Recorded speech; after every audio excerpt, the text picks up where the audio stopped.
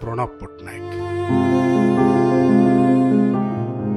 88 वर्ष बयस ही परलोक केवल एक जुगर अंत नुहे बरं ओडिया संगीत जगत पाई एक अपूरणीय शून्य स्थान।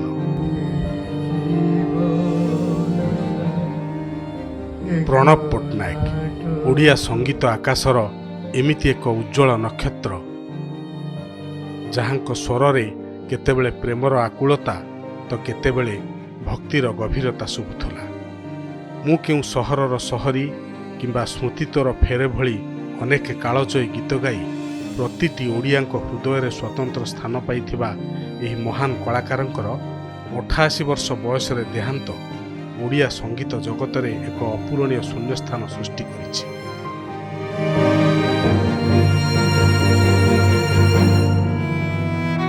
जेतेबेले भी रेडियो किंबा टेलीविजन रे बाजी उठे मु केउ सहरर सहरी मुझे जानी पारे ना श्रोताटीए मुहूर्तक पाई निज स्मृति भितर हजि जाए।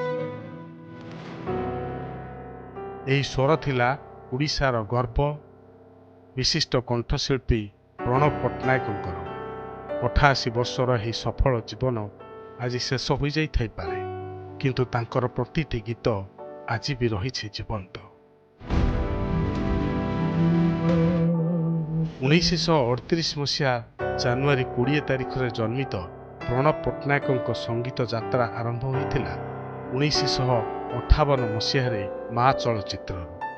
यार प्रथम गीत वेदना सागर तीरे तांकु राताराती लोकप्रियता आनी देइथिला। ओडिशा विधानसभार पूर्वतन बाचस्पति लालमोहन पट्टनायक पुओ होई मध्य से राजनीति अपेक्षा संगीत को निजर श्रेष्ठ परिचय भाव बाछिथिले। प्रणव बाबू केवल चलचित्र संगीत रे सीमित नथिले, से थिले एकाधार रे जड़े शास्त्रीय संगीतज्ञ, गजल गायक एवं भजन सम्राट।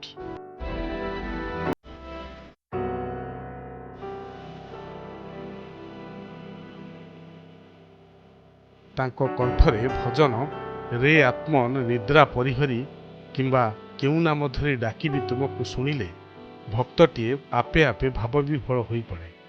तांको स्वर रे थिला एक अजब जादू जहा दुखी को शांति एवं प्रेमी को उत्साह देउथुला। तांको गीत गुड़िक केवल गीत नथिला बरं जीवनर गोटे गोटे अनुभूति थिला।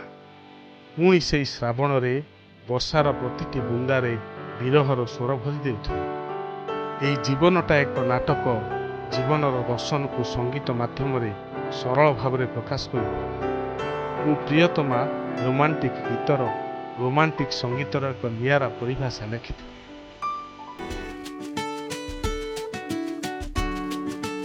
ओडिशा सरकार पक्षर से 7 थर श्रेष्ठ प्रच्छदपट गायक सम्मान रे सम्मानित होइथिले। संगीत जगत को तांकर अवदान पाई तांकु राज्यर सर्वोच्च चलचित्र सम्मान जयदेव पुरस्कार मध्य प्रदान करा जायथिला।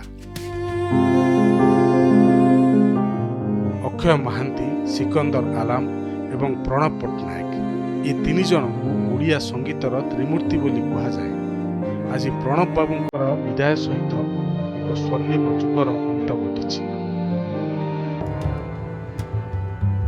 से शारीरिक भाव में आम गहन नथिले मध्य तांकर शह शह सुमधुर गीत माध्यम से प्रतिटी ओडिया हृदय रे सबुदिन पाई जीवित रहिबे।